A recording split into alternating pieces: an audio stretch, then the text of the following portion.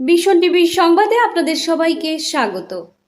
আজ কৈলাসহরের ঊনকোটি কলাক্ষেত্রে ঊনকোটি জেলা শিল্পকেন্দ্রের উদ্যোগে এক দিবসীয় এক কর্মশালার আয়োজন করা হয়েছে।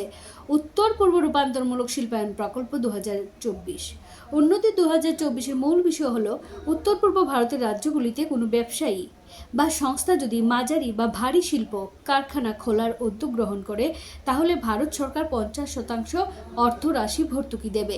আজকের এই অনুষ্ঠানে জেলার বিভিন্ন বড় ব্যবসায়ী বা শিল্পপতিরা উপস্থিত ছিলেন। এই অনুষ্ঠান মঞ্চে উপস্থিত ছিলেন ঊনকোটি জেলা পরিষদের সভাধিপতি শ্রী অমলেন্দু দাস, কৈলাসহর পৌর পরিষদের চেয়ারপারসন শ্রীমতী চপলা রানী দেবরায়, জেলা শিল্পকেন্দ্রের জেনারেল ম্যানেজার মোহাম্মদ গোলাম সাদেক মিয়া ও প্রজেক্ট ম্যানেজার শুভদীপ সাহা। প্রথমেই অতিথিদের উত্তরীয় পরিয়ে বরণ করা হয়, এরপর প্রদীপ প্রজ্বলন করা হয়। ব্যুরো রিপোর্ট, ভীষণ টিভি। যেটা এখানে উনি আলোচনা করেছেন, প্রারম্ভিক আলোচনা উনি রেখেছেন,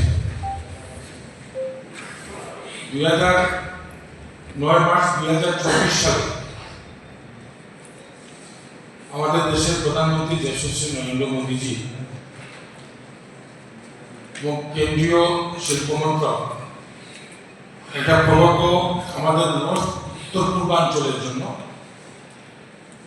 ইন্ডাস্ট্রি সেক্টরে শুরু করেছে, যেটা উন্নতি 2024 বলে লেখা আছে, উন্নতি 224।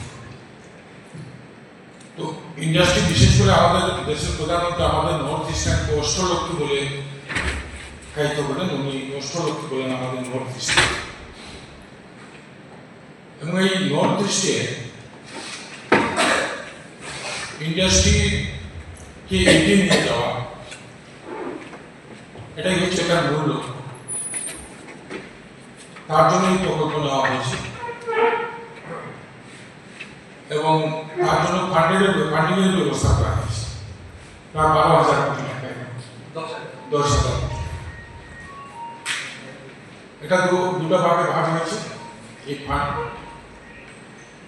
তো আমাদের করণীয় যে বিষয়, আমাদের ত্রিপুরা বলুন আর নর্থ ইস্ট বলুন, ইন্ডাস্ট্রি থেকে আমরা একটু পিছিয়ে আছি, যেটা দেশের প্রধানমন্ত্রী বা ভারত সরকার অনুভব করতে পেরে সেই উদ্যোগটা আমরা নিয়েছি।